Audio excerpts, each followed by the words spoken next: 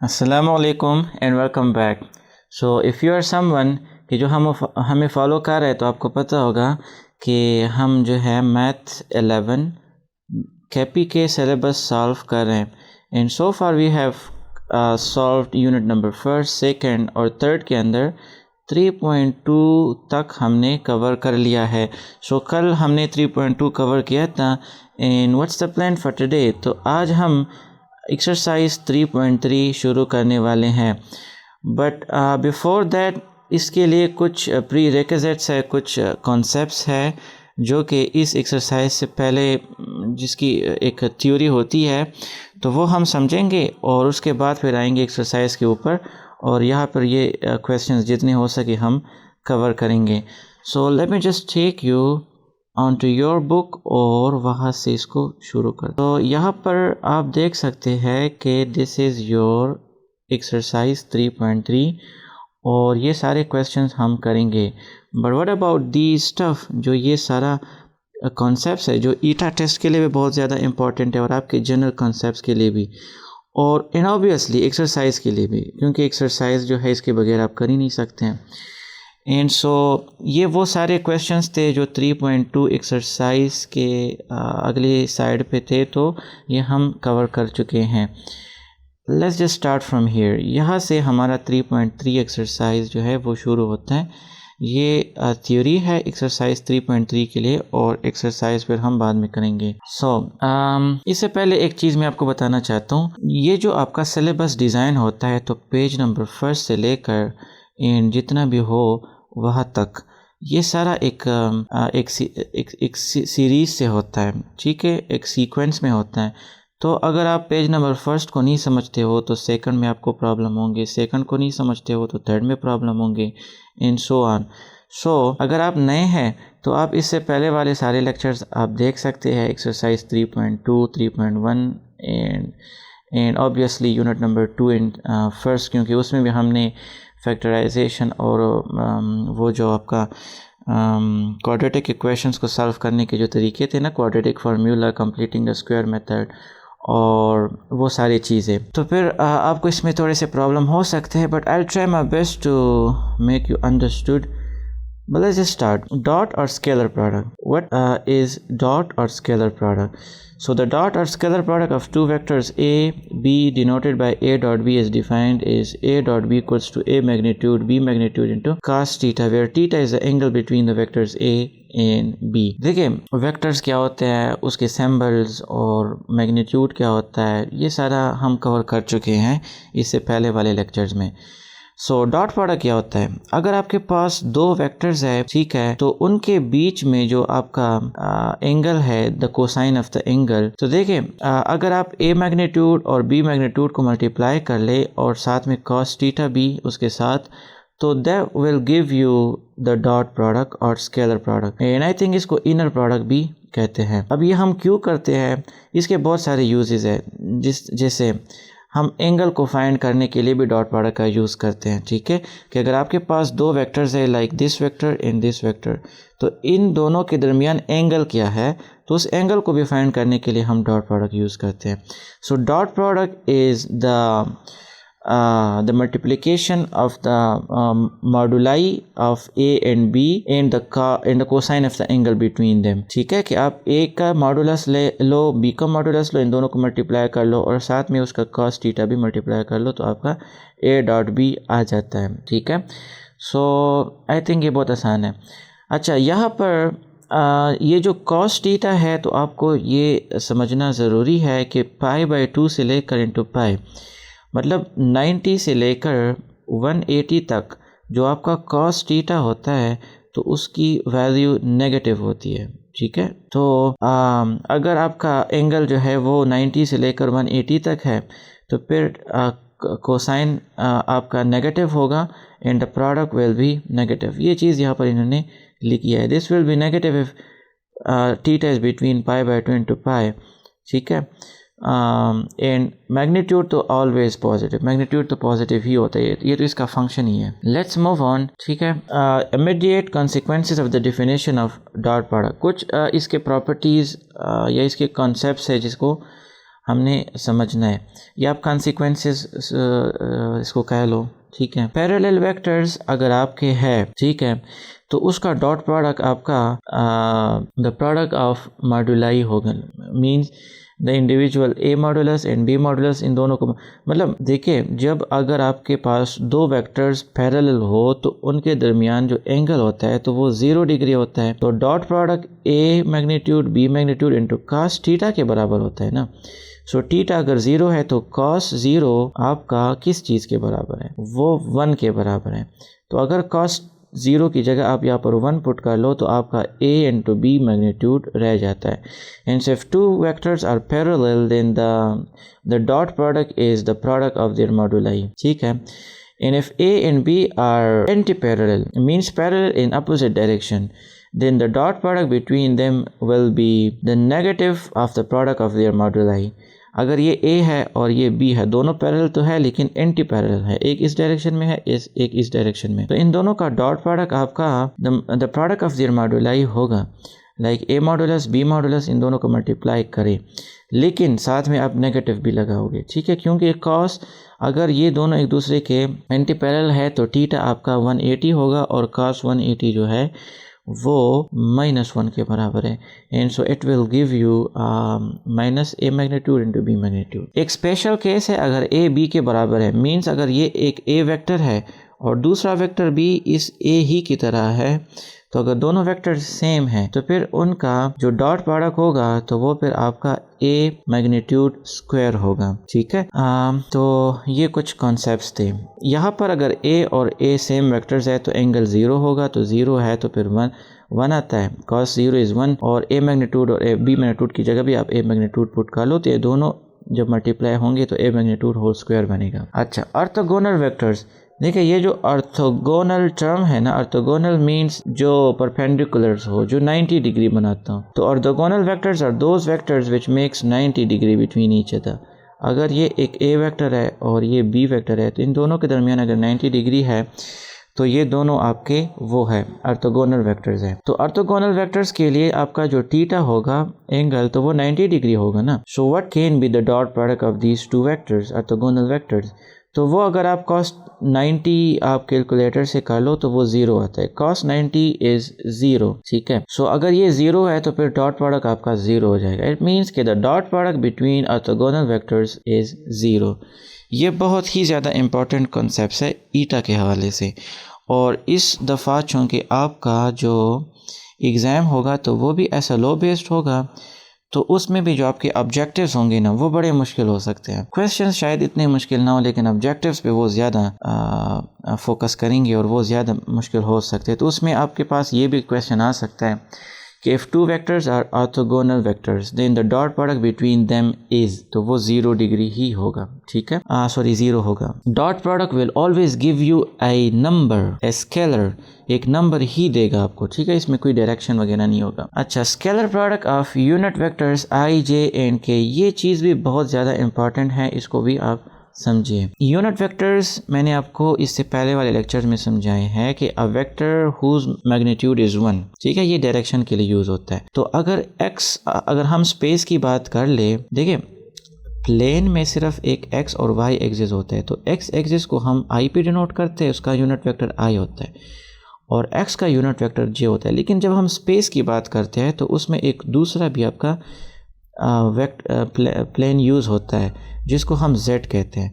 तो यहाँ पर इसको x कहा गया है, इसको y, इसको z, आप इंटरचेंज भी कर सकते हो, डज नो मैटर।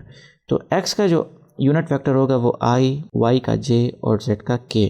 तो ये यूनिट वेक्टर्स अगर एक दूसरे के साथ मल्टीप्लाई होंगे इन टर्म्स ऑफ डॉट प्रोडक्ट, ठीक है, तो वो क्या रिजल्ट्स देंगे। देखिए अगर सेम यूनिट वेक्टर्स मल्टीप्लाई होते हैं लाइक i डॉट i, तो i डॉट i किस चीज़ के बराबर होगा, वो आपका i मैग्नीट्यूड इंटू cos, क्योंकि ये दोनों पैरेलल होंगे ना, सेम है, तो cos 0 डिग्री, तो cos 0 इज़ 1, राइट। और i डॉट i, देखिए i का जो मैग्नीट्यूड होगा तो वो 1 होगा ना, क्यों, क्योंकि ये यूनिट वेक्टर है, यूनिट वेक्टर का तो मैग्नीट्यूड 1 होता है। तो यहाँ पर आप 1 पुट कर लो, यहाँ पर भी 1 पुट कर लो, तो 1 magnitude will always give you 1, and so I dot I should be 1. In the same way यहाँ पर आप देखिए I dot I is 1. In the same way J dot J is 1, K dot K is 1. लेकिन अगर I J के साथ dot product करेगा like I dot J, तो I magnitude J magnitude into cos, I और J के दरमियान आपका यहाँ पर 90 डिग्री ही बनेगा, ठीक है।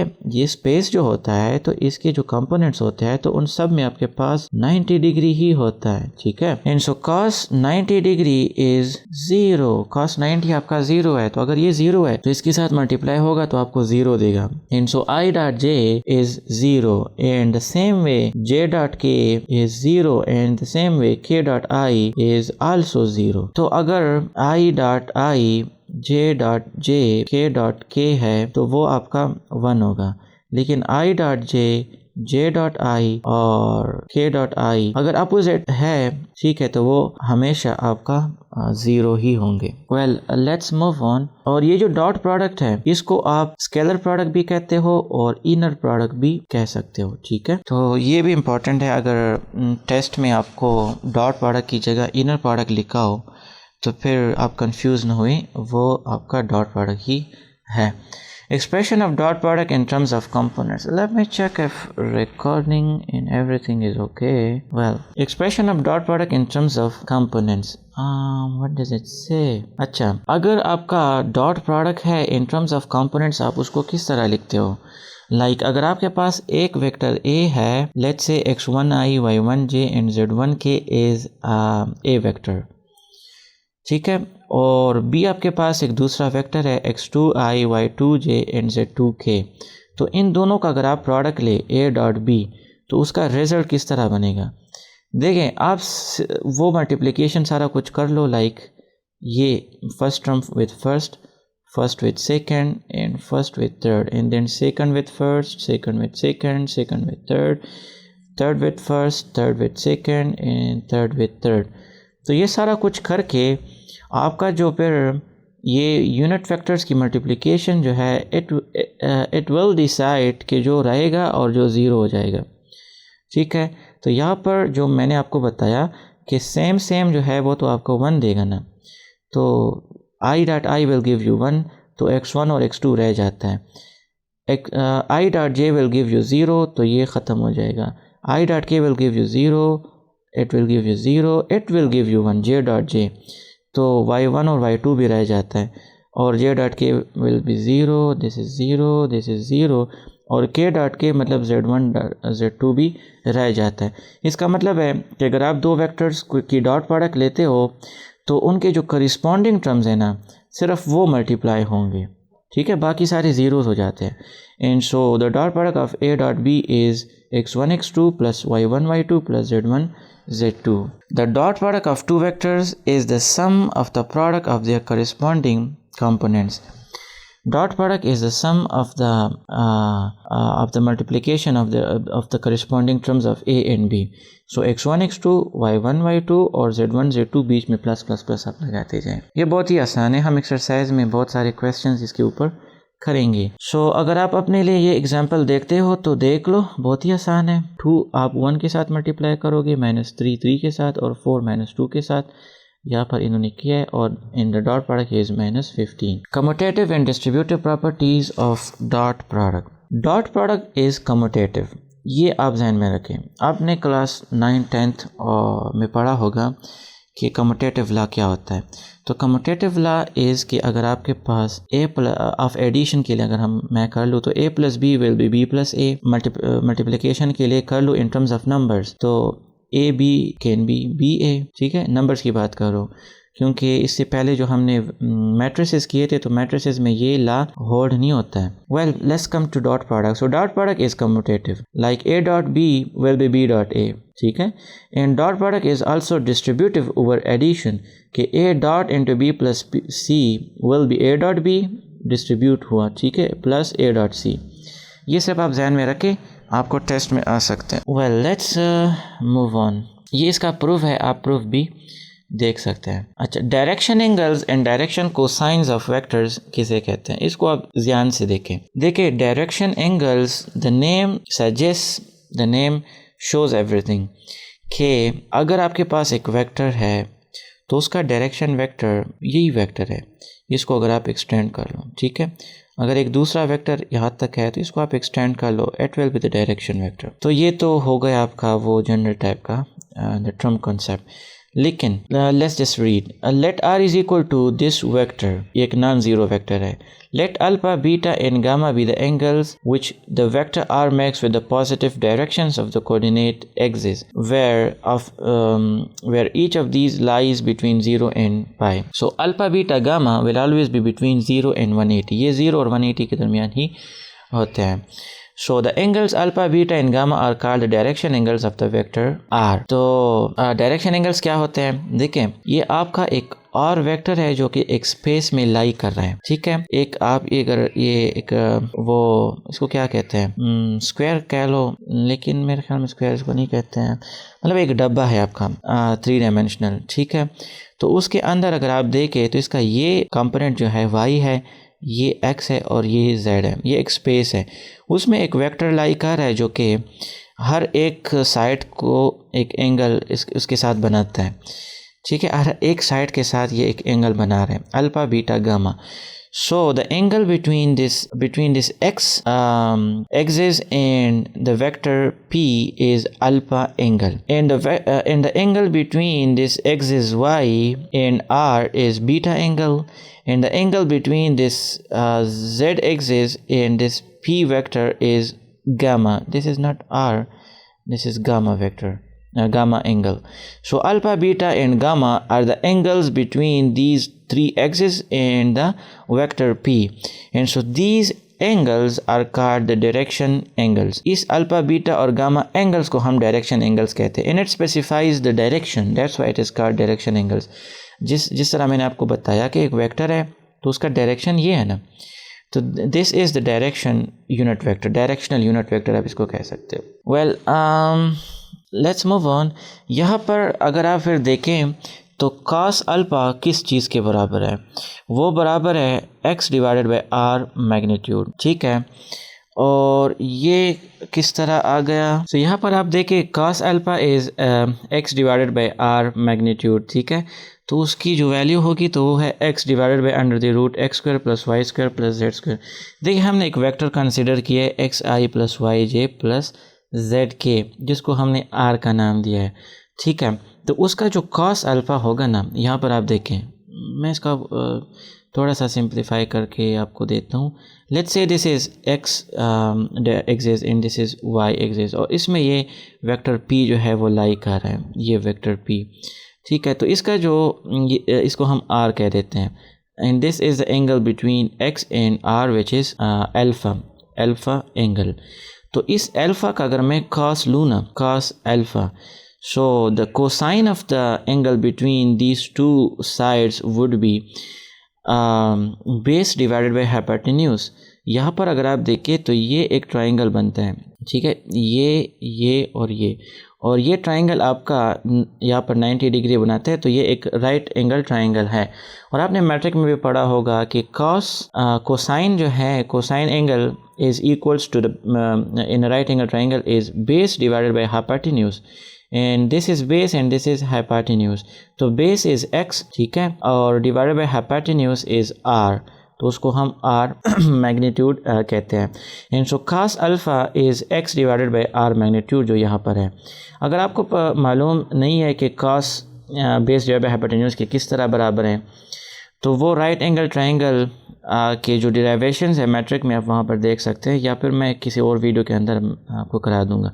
But for time being just remember the sentence जो मैं आपको बताने जा रहा हूँ। Some people have curly brown hairs through proper brushing. Some people have curly brown hairs through proper brushing. So sin theta is equals to perpendicular divided by hypotenuse. Cosine theta और cos theta is equals to base divided by hypotenuse. अब आपको समझ आ गया ना, base divided by hypotenuse.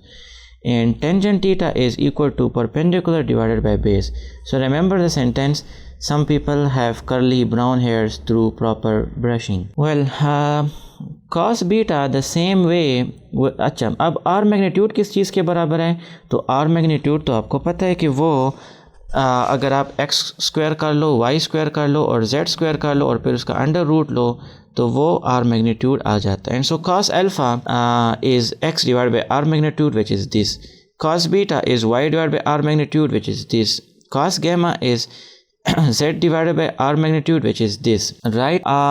अच्छा, यहाँ से एक चीज़ आपको समझ आ जानी चाहिए कि जो यूनिट वेक्टर होता है ना, जो मैंने आपको इससे पहले वाले लेक्चर्स में कराया है, तो वो किस चीज़ के बराबर है? A vector divided by its magnitude. तो let's say if this is the vector like X I, मैं इसको थोड़ा सा इरेज कर दूं यहाँ पर, ठीक है। Let's say X I plus Y J plus Z K is the vector and divided by U magnitude is this R magnitude. R magnitude means this. So यहाँ पर अगर आप देखें, मैं इसको इंडिविजुअली लिख लूँ तो x divided by r magnitude, y divide by r magnitude and z divide by r magnitude, x divide by r magnitude, y divide by r magnitude and z divide by r magnitude. It means that in a unit vector the individual terms like xi is what we have cos alpha and yj divided by r magnitude is cos beta and zk divided by r magnitude is cos gamma. So cos alpha plus cos beta plus cos gamma, इसके साथ अगर मैं i, j और k लगा लूँ in terms of comma instead of comma, तो इसका जो सम है तो वो आपका यूनिट वेक्टर बनेगा, ठीक है। ये भी एक कॉन्सेप्ट है जो कि आपको समझ जाना चाहिए। वेल नाउ, अब ये जो cos अल्फा, cos बीटा और cos गामा है, इसको हम डायरेक्शन कोसाइंस कहते हैं। क्या कहते हैं इसको हम? Direction cosines. Direction angle was this alpha beta gamma, जो P का डायरेक्शन फाइंड करता है from x, y and z, ठीक है, पॉजिटिव डायरेक्शन में अगर हम ले तो वो अल्फा बीटा और गामा होता है। अगर इसके साथ हम कॉस लगा ले, so cos alpha cos beta in cos gamma is direction cosines, इसको फिर हम डायरेक्शन कोसाइंस कहते हैं। और कॉस अल्फा को हम इन सिंपल वर्ड्स एल भी कहते हैं, कॉस बीटा को हम इन सिंपल वर्ड एम भी कहते हैं और कॉस गामा को इन सिंपल वर्ड्स हम एन भी कहते हैं। तो इसको भी आप जहन में रख ले, l means cos alpha, m means cos beta and n means cos gamma। ये सेक्शन बड़ा इंपॉर्टेंट था, इस वजह से मैंने थोड़ा ज़्यादा टाइम इस पे लगा दिया। I really wants you to know the core concepts of things, तो इसलिए फिर भी इसमें कोई क्वेश्चन है तो मैं अलहदा इस पे एक वीडियो बना दूंगा आपके लिए, आप कमेंट सेक्शन में ज़रूर बताएं। अच्छा, एंड एक थ्योरम है हमारे पास और वो है कि cos square alpha plus cos square beta plus cos square gamma is equal to 1, ठीक है। कि जो डायरेक्शन कोसाइंस है ना, उनको आप स्क्वायर्स कर लो और ऐड कर लो तो उसमें से 1 ही आएगा। यहाँ पर आप रिजल्ट्स देख सकते, प्रूफ दे सकते हो। cos अल्फा को आप स्क्वायर कर लो, इसको स्क्वायर कर लो, इसको स्क्वायर कर लो, बाद में ये बनेगा, तो ये दोनों कैंसिल होके 1 आता है। And so cos square alpha cos square beta cos square gamma the summation is 1। अच्छा, तो इसकी जगह अगर cos अल्फा की जगह हम l पुट कर ले, ठीक है, cos बीटा की जगह m और cos गामा की जगह n, तो l square plus m square plus n square is 1। ये भी आप जहन में रखें। इस पे आई थिंक एक्सरसाइज में क्वेश्चंस है कि नहीं, लेकिन ईटा टेस्ट में ज़रूर होंगे। सो ये एग्जांपल्स आप अपने लिए देख सकते हो, यहाँ से इन्होंने वो चीज़ें फाइंड की है जो कि हम एक्सरसाइज में करेंगे, डायरेक्शन कोसाइंस और वो चीज़ें। अब डायरेक्शन नंबर और डायरेक्शन रेशोज किसे कहते हैं?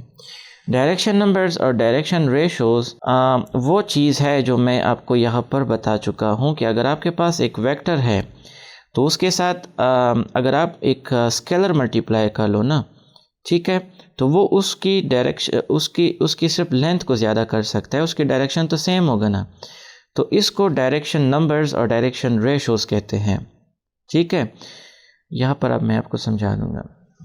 The position vector O P of the point P, एक पी पॉइंट है जिसका पोजीशन वेक्टर ओ पी है, and so let's call it R which is xi plus yj plus zk। देखिए ये जो x y z कामा के form में इन्होंने लिखा है, इसको अगर आप पोजीशन वेक्टर के फॉर्म में लिखे तो फिर आप i j और k और प्लस प्लस बीच में लगाते हो, ठीक है। ये चीज़ें मैं आपको 3.2 में डिटेल से करवा चुका हूँ। If cos alpha, cos beta and cos gamma are the direction cosines of R, अगर ये इसके डायरेक्शन कोसाइंस है इस आर वेक्टर के, and p is a positive constant और p एक पॉजिटिव कांस्टेंट है, then the number p cos alpha, p cos beta and p cos gamma are called the direction numbers और direction ratios. ये जो आपके direction cosines है cos alpha, cos beta और cos gamma, उसके साथ अगर आप एक कांस्टेंट नंबर पॉजिटिव, ठीक है, एक पॉजिटिव कांस्टेंट नंबर मल्टीप्लाई कर लो तो उसमें से आपके पास डायरेक्शन नंबर्स और डायरेक्शन रेशियोज आ जाते हैं, उसको हम डायरेक्शन नंबर्स और डायरेक्शन रेशियोज कहते हैं। तो this positive number can also be 1, तो 1 भी हो सकता है ना। तो इसका मतलब है कि यहाँ पर जो आपका x है ना और जो y है और जो z है, तो इसको भी हम डायरेक्शन नंबर्स और डायरेक्शन रेशियोज कह सकते हैं। और वो कैसे, अब मैं आपको बताता हूँ। Since x is equal to r magnitude cos alpha, ठीक है, ये तो हमें पता है ना कि cos अल्फा जो है वो x divide by r magnitude है। So x is equal to r magnitude into cos alpha, the same way y and z। So x, y and z are the direction numbers of the vector r। यहाँ पर आप देखिए cos alpha जो है उसके साथ एक magnitude, एक पॉजिटिव नंबर मल्टीप्लाई हुआ है कि नहीं, तो हुआ है ना। यहाँ पर cos बीटा के साथ भी y r मल्टीप्लाई हुआ है, यहाँ पर cos गामा के साथ भी r मल्टीप्लाई हुआ है। So this x, y and z जो मैं आपको यहाँ पर बता चुका हूँ, इसको हम डायरेक्शन नंबर्स कहते हैं। Therefore the coordinates of p can be written as, ये जो कोऑर्डिनेट्स ऑफ p है जो यहाँ पर x, y, z था, तो इसको हम इस फॉर्म में भी लिख सकते हैं कि r magnitude into cos alpha, r magnitude into cos beta and r magnitude into cos gamma.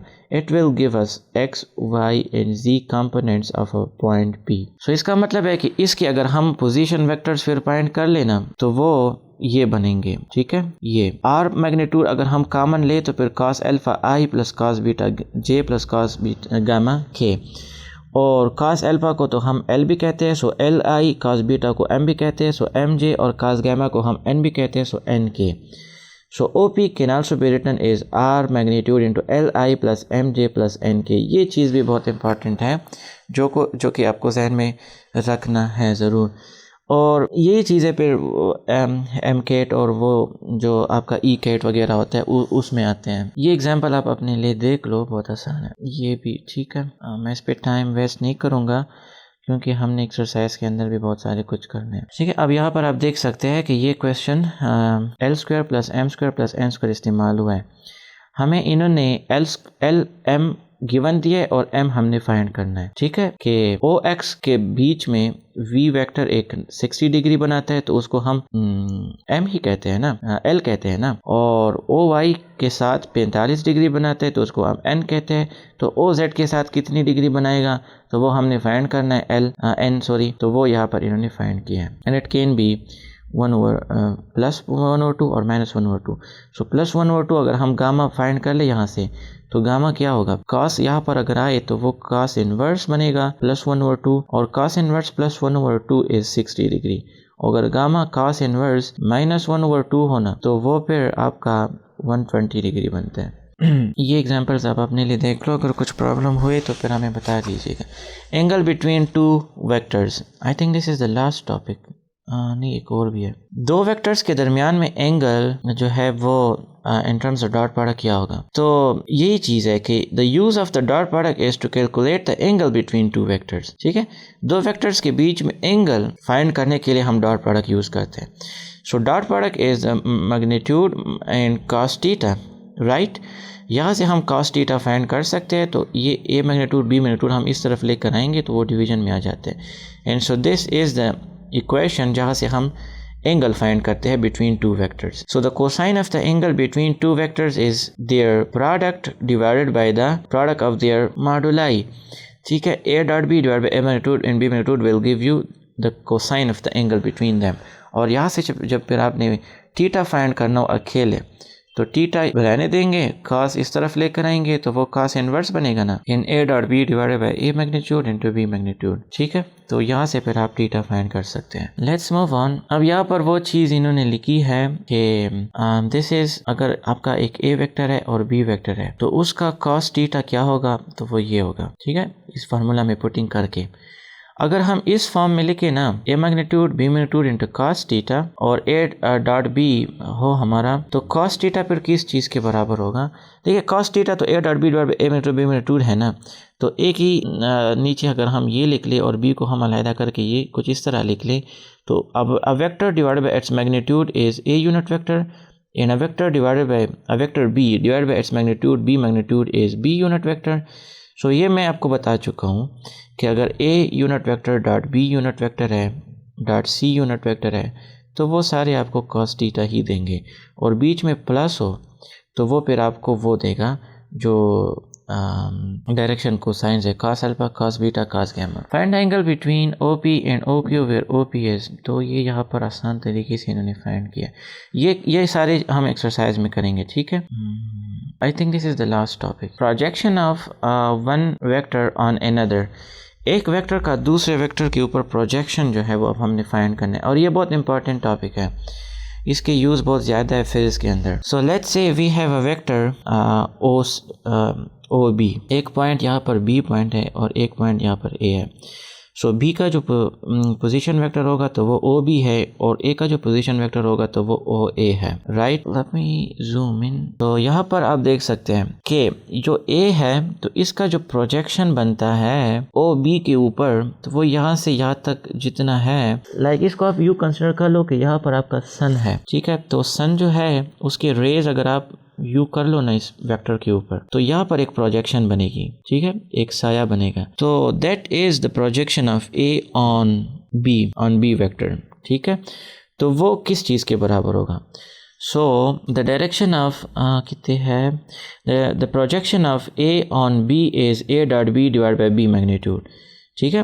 The projection of B on A would be a dot b divided by a magnitude. A on b is a dot b divided by b magnitude and b on a will be a dot b divided by a magnitude. ये difference आप ध्यान में रख लो और इसको रट कर लो, रटलाइज कर लो।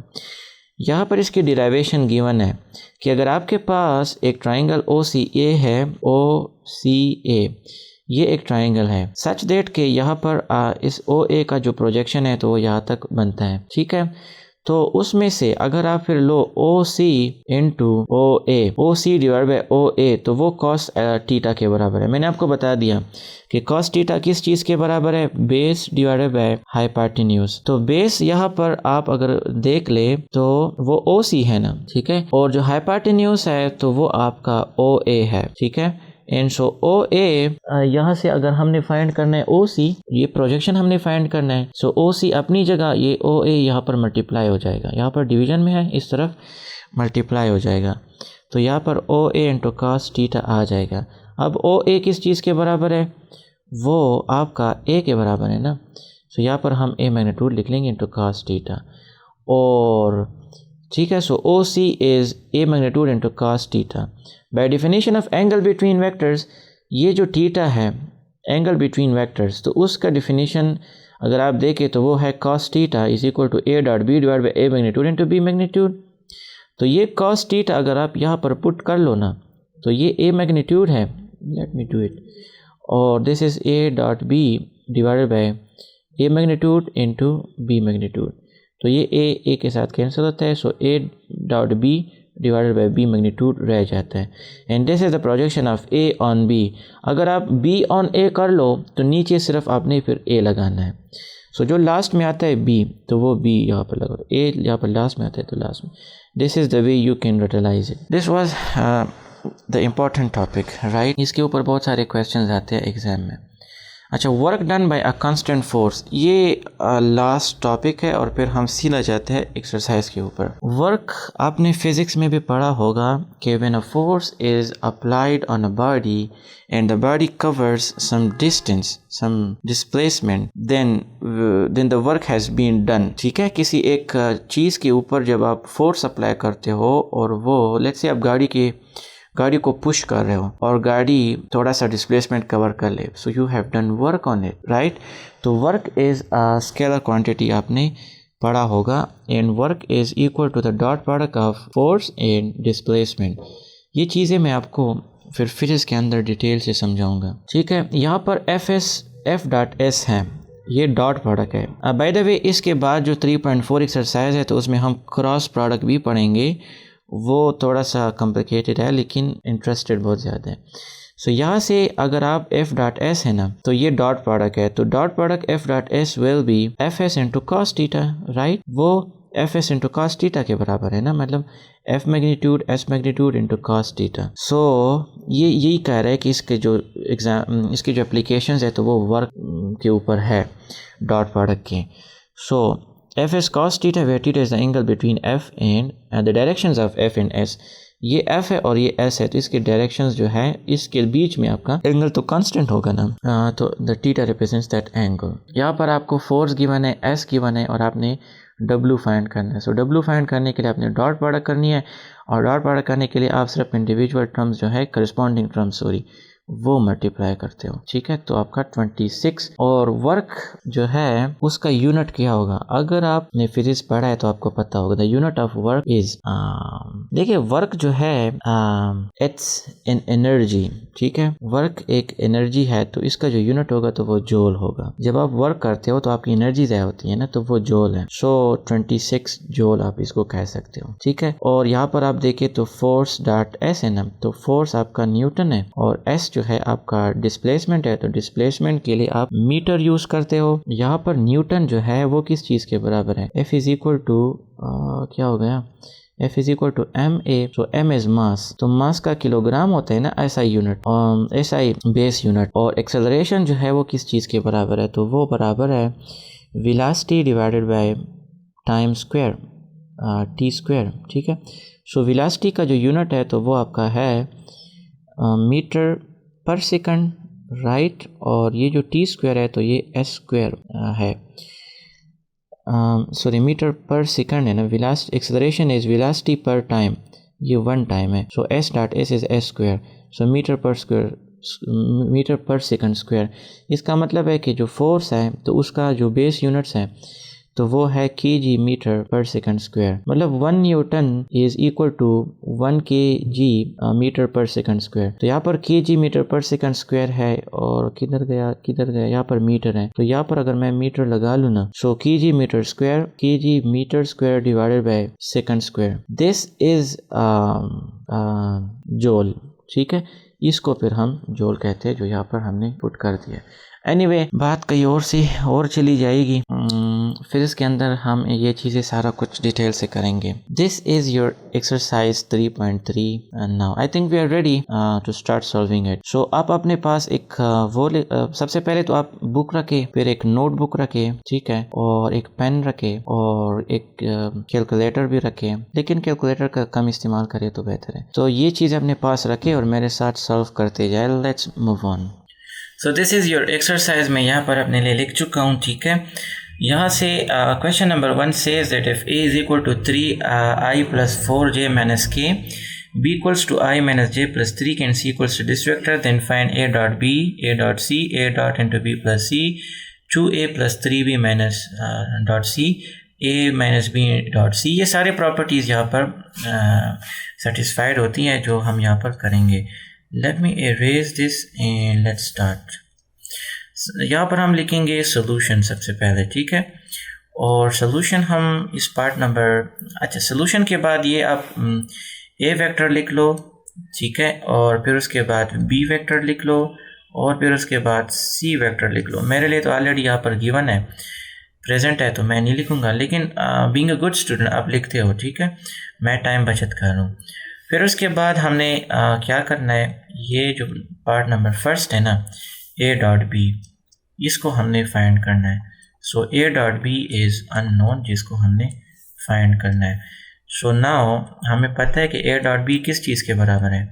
द डॉट प्रोडक्ट यहाँ पर हमें गिवन है ना, a is 3i plus 4j minus k, और जो आपका वो है b इज़ यहाँ पर डॉट लगा लो, b is i minus j plus 3k, ठीक है। तो यहाँ पर अब अगर आप देखो, सो हमने पढ़ा था कि द डॉट प्रोडक्ट जो है उसमें i dot i is 1, but I dot j is 0, I dot k is 0. So same with same is 1 and same with different is 0. So सिर्फ corresponding terms जो है वो multiply होंगी. like 3 जो है वो यहाँ पर 1 के साथ multiply होगा, और जो 4 जो है वो यहाँ पर -1 के साथ multiply होगा, और जो यहाँ पर -1 है तो वो 3 के साथ multiply होगा. ठीक है. एंड सो हम यहाँ पर जल्दी जल्दी लिखते हैं 3 मल्टीप्लाई बाय दिस 1, फिर उसके बाद बीच में +4 multiply by this -1, and then फिर बीच में प्लस, और फिर उसके बाद ये -1 मल्टीप्लाई बाय दिस 3. देखिए ब्रैकेट्स का ज़्यादा यूज़ किया करें. ठीक है, ये बहुत इंपॉर्टेंट चीज़ है क्योंकि यहाँ पर साइंस जो है वो हम आसानी से मैनेज कर पाते हैं. 3 1s are 3 और plus minus is minus, 4 1s are 4 and then plus minus is minus, 3 1s are 3. So -3 + 3 और -4 is the answer for part number first. देखिए जब आप इसी स्टैंडर्ड तरीके से करते हो, ठीक है, ब्रैकेट्स लगा के, तो आपको फिर बाद में प्रॉब्लम्स नहीं होते. मैंने ऐसे बहुत सारे स्टूडेंट्स देखे हैं जो सेकंड ईयर तक चले जाते हैं लेकिन वो फिर भी कंफ्यूज हो जाते हैं प्लस माइनस करके, और क्योंकि वो ब्रैकेट्स नहीं लगाते हैं तो कई दफ़ा वो प्लस की जगह माइनस लगा लेते हैं एंड माइनस की जगह वो लगा लेते हैं. ठीक है, तो इस वजह से ब्रैकेट्स ज़्यादा यूज़ किया करें. अच्छा, बी जो है वो A.C है, तो अब हमने वो भी फाइंड करना है. A.C बी जो पार्ट नंबर 2 है तो उसमें हमने A.C फाइंड करना है. ठीक है, एंड A.C इज़ A आपका तो ये है ना 3i + 4j - k dot i - j + 3k. And so यहाँ पर आप देखें कि 3 जो है वो 1 के साथ मल्टीप्लाई होगा. ठीक है, बीच में प्लस, एंड देन 4 जो है वो आपका इस -1 के साथ मल्टीप्लाई होगा, एंड देन बीच में प्लस, और -1 जो है वो आपका इस 3 के साथ मल्टीप्लाई होगा. And so 3 1s are 3 -4 1s are 4 -3 1s are 3. ये दोनों हैं. यहाँ पर मैंने एक चीज़ गलत कर दी, और वो ये है कि जो आपका वो है ये असल में बी वेक्टर नहीं है, ये सी वेक्टर है और मैंने बी वेक्टर है. सो C vector is 2i + j - 5k. And so 3 multiplied by 2 and 4 multiplied by 1, 4 multiplied by +1 and -1 multiplied by -5. अब ठीक है ना, इसको मैं इरेज करता हूँ. Now equals to 2 3s are 6 + 4 1s are 4 and minus is plus, so plus is plus, +5 1s are 5, 10 + 5 is 15, and this is the answer. Let me not waste time, और ये जगह मैं अपने लिए वो कर देता हूँ खाली. तो यहाँ पर हम जो बाकी पार्ट्स हैं ना उसको भी कर लेते हैं. ठीक है, and so part number 3 is ये वाला. Part number 3 is A.B + C. ठीक है, अब इसको हम करते हैं वहाँ पर सोल्यूशन के बाद इसको हमने फाइंड करना है. And so A.B + C is, देखिए A किस चीज़ के बराबर है. A is 3i + 4j - k, and then we have dot, और फिर B + C है. So B is i - j + 3k, and then we have plus, और C is 2i + j, let me manage, 5k, and this is equals to 3i + 4j - k अपनी जगह. And do not forget this dot represents dot product. I + 2i is 3i, -j + j cancels. So यहाँ पर मैं 0j भी लगा सकता हूँ. ठीक है, लेकिन खैर है, छोड़ो. +3k - 5k is -2k, and अब हमने डॉट प्रोडक्ट करना है. सो 3 multiply by this i with i. ठीक है, सो 3 मल्टीप्लाई बाय 3. अब ब्रैकेट में कर लो तो ज़्यादा अच्छा लगता है. और फिर 4 प्लस मल्टीप्लाई बाय, यहाँ पर i है, ये k है, इसका मतलब है कि प्लस जो आपका वो है +0j भी यहाँ पर बीच में मौजूद है. मतलब 3i minus 2k is 3i plus 0j minus 2k। ये दरअसल इस तरह है। सो ये 0j with this 4j is 4 multiply bye 0, ठीक है, ये आपने ध्यान में रखना है। एंड देन प्लस यहाँ पर चूंकि -1 है ना, सो -1 multiply by this -2।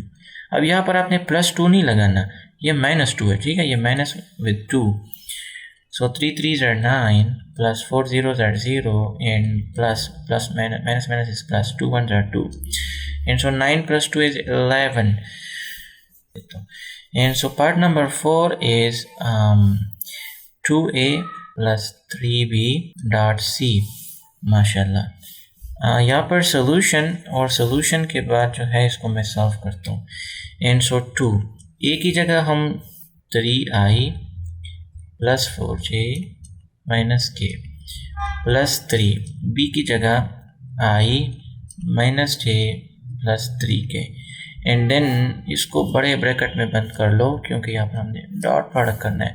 And so c is 2i plus j और माइनस 5k, ठीक है। एंड नाउ इक्वल्स टू देखिए ये इसके बाद ये स्टेप है, ठीक है। सो 2 इसके साथ मल्टीप्लाई कर लो, ये डिस्ट्रीब्यूटिव प्रॉपर्टी है। So 2 3s are 6i plus 2 4s are 8j minus 2k, and then plus 3i minus 3j and plus 3 3s are 9k, and this is dot, and then we have 2i plus j minus 5k। क्या हो गया? What just happened? 5k, ठीक है। Now equals to 6i plus 3i is set at now 9i plus 8j minus 3j is plus 5j minus 2k plus 9k is plus 7k, and then we have dot 2i plus j minus 5k, and so 9 multiplied by this 2। देखिए मैं अब जल्दी कर देता हूँ। 2 multiplied by 9 is 18 plus 5 multiplied by 1 is 5 plus 7 multiplied by minus 5 is minus 7 5 35 35, and then we have 18 plus 5 18 plus 5 आपका क्या बनता है? मेरे ख्याल में 23 बनता है, और 35 में से इसको माइनस कर लो, सो 2 1 12, so minus 12 is the answer, ठीक है, for part number 4। अब यहाँ पर जो आपका वो है क्वेश्चन नंबर 5 है, तो वो हम कर लेते हैं। And it is a minus b into dot c। चलो सोल्यूशन के बाद a minus b dot c equals to, मैं यहाँ पर कर लेता क्योंकि यहाँ पर जगह पर कम होता है। सो a की जगह हम पुट करेंगे 3i plus 4j minus k, right, and मेरे ख्याल में ब्रैकेट यहाँ पर होगा, and then we have this minus के बाद do not forget bracket, b की जगह i minus j plus 3k, and then बड़ा ब्रैकेट भी बंद कर लो, and then dot c। So c is this 2i plus j minus 5k, and so now this is equals to 3i अपनी जगह plus 4j अपनी जगह minus k अपनी जगह, minus plus is minus, so minus I minus is plus, plus j minus plus is minus 3k, and then we have this dot 2i plus j minus 5k, and so plus 3i minus I is 2i plus 4j कितने हैं, plus j is plus 5j minus k minus 3k is minus 4k, and then we have this dot 2i plus j minus 5k. So 2 multiplied by 2 is 4 plus 5 multiplied by 1 is plus 5 minus 4 multiplied by minus 5 is plus 20 or 5 is 25 or plus 4 is 29, and this is the answer. Very boring. So question number 1 हमारा ख़त्म हो जाता है। I think we can do question number 2 as well, और उसके बाद जो है बाकी questions अगले लेक्चर में करेंगे। Let's just do it. So question number 2 बहुत ही ज़्यादा आसान है. It says write a unit vector in the direction of the sum of the vectors a and b. कि अगर आप a b को ऐड कर लो ना, a plus b, ठीक है, तो उसका यूनिट वेक्टर फिर फाइंड कर लो इन सिंपल वर्ड्स. तो let's call this a plus b is c. इसको अगर मैं c कह दूँ ना, इन दोनों के समेशन को, सम को, तो जो c वेक्टर है अब तो इसका हम फिर यूनिट वेक्टर फाइंड करेंगे. So C unit vector is a vector C divided by its magnitude. And so सबसे पहले हम a प्लस बी फाइंड करेंगे, उसको c कह लेंगे, c का फिर हम मैग्नीट्यूड फाइंड कर लेंगे और फिर c वेक्टर पे डिवाइड कर लेंगे तो we will get the unit vector. This is the whole plan. Let's just do it. So सबसे पहले हमारे पास a वेक्टर गिवन है which is 2i plus 2j minus 5k और फिर उसके बाद b वेक्टर गिवन है which is 2i plus j minus 7k. मैं इसको टोपिया पहना देता हूँ, ठीक है, और इसको वेक्टर है चूँकि तो वेक्टर का साइन इस पे लगेगा. अब let's call it, let c is equal to a plus b. Let's suppose कि a प्लस b को अगर मैं ऐड कर लूँ तो वो c के बराबर है. And so let's just do it. 2i plus 2j minus 5k and then plus 2i plus j minus 7k. So now c vector is 2i plus 2i is 4i and 2j plus j is plus 3j and then minus 5k minus 7k is minus 5k और minus 7k से क्या आता है 8 9 10 11 12. So minus 12k. मैं ना addition में बड़ा कमज़ोर हूँ. अब इसको मैं टोपिया पहना देता हूँ, यहाँ पर नहीं करता हूँ क्योंकि ये बड़ा लंबा हो जाता है फिर. So this is a C vector, right. अब यहाँ पर छोटा सा अपने लिए लिख लो ताकि आपकी माइंड मैपिंग हो. सी यूनिट वेक्टर किस चीज़ के बराबर होगा? वो C vector divide by C magnitude के बराबर होगा. तो सी वेक्टर तो गिवन है ना, ये हमने फाइंड कर लिया. ये अननोन है तो सबसे पहले अब ये फाइंड कर लेते हैं. So now let's just find C magnitude and it should be 4 square plus this 3 square plus this minus 12 square and under the root. And so now 4 4s are 16 plus 3 3s are 9 plus 12 144. And so 144 plus 16 plus 9. 16 plus 9 is 25, I know. And 144 के साथ आप जब add करते हो तो ये फिर आपका 169 बनता है. And so this is equals to 169 और 169 का अगर आप स्क्वायर रूट निकाले तो वो 13 बनता है क्योंकि 13 मल्टीप्लाई बाय 13 इज 169.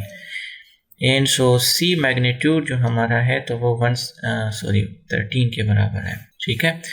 नाउ जो हमारा सी वो है यूनिट वेक्टर है, वो किस चीज़ के बराबर है? तो वो बराबर है a vector c divided by its magnitude. And so a vector c is 4i plus 3j minus 12k, ठीक है. चलो मैं इसको टोपिया पहना देता हूँ. And divided bye c magnitude is 13. So this is the answer. या आप अगर सिंपल वर्ड्स में और लिखना चाहो तो आप यहाँ पर लिख सकते हो कि this is equals to 4 divided by 13 और i unit vector plus 3 divided by 13 j unit vector minus 12 divided by 13 or k unit vector. And this is the book answer, the book वाला answer. So this is it. I hope इसकी आपको समझ आ गई होंगी. Question 1 और 2 हमने cover कर लिया, काफ़ी ज़्यादा टाइम हो चुका है. इनसो मुझे इजाज़त दे, मुझे कुछ ज़रूरी काम है वो करता हूँ. इनसो कल आपसे मिलता हूँ फिर अगले क्वेश्चंस में. और ये सारे क्वेश्चंस जो बाकी रहते हैं ना, ये सारे वो 9 10 11 आई थिंक 13 तक है, तो ये सारे हम फिर अगले लेक्चर्स में देखेंगे. टिल देन अपना बहुत सा ख्याल रखिएगा, इस पे प्रैक्टिस कीजिएगा, स्टडी कीजिएगा और कोई भी क्वेश्चन हो तो हमें बता दीजिएगा. अल्लाह हाफिज़.